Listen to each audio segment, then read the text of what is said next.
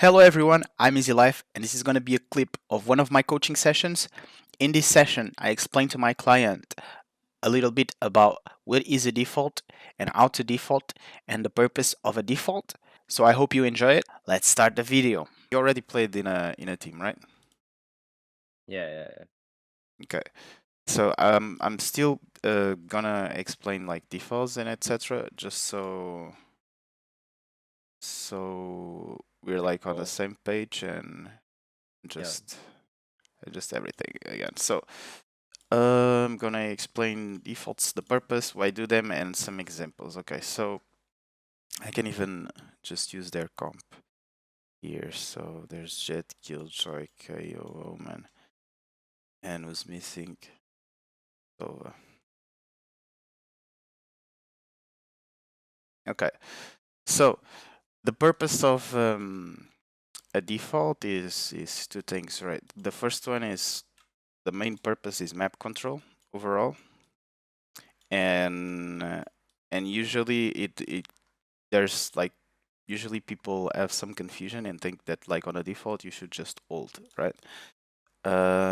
Because you're trying to have like map control, but in reality you're holding some areas, but you can try to get also some areas, and that area, like usually like for example on a 1-3-1 default and position of like I'll put like an optimal default.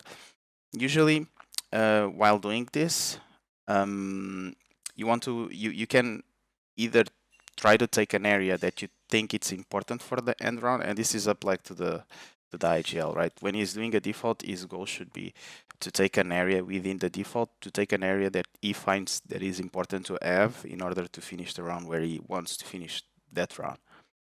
And that can be either like taking B main control. So the main examples of defaults usually are like 1-3-1s, and it's usually like this, right? And then 1-1-3, right? So that's usually the idea.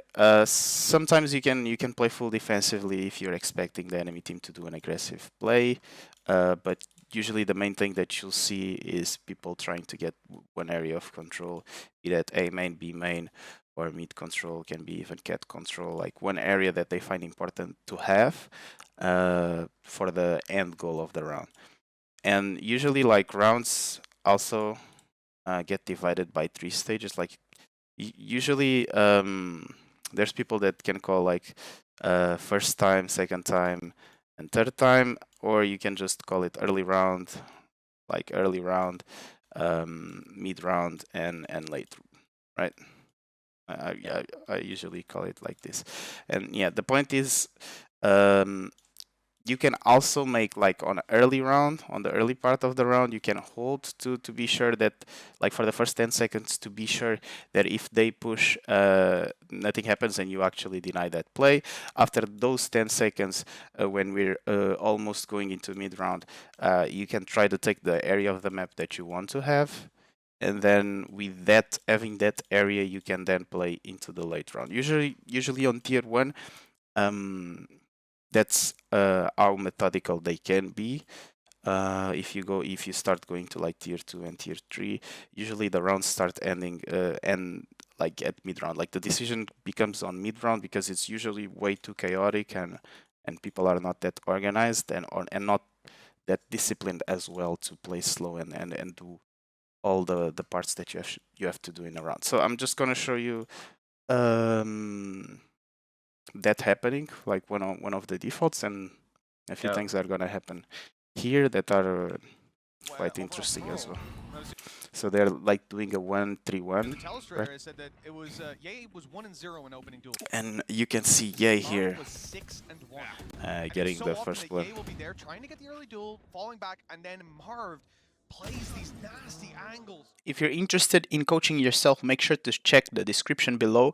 There's a link for my Metafy page where you can book a session with me. And if you're interested in more videos like this, make sure to drop a like and subscribe to the channel.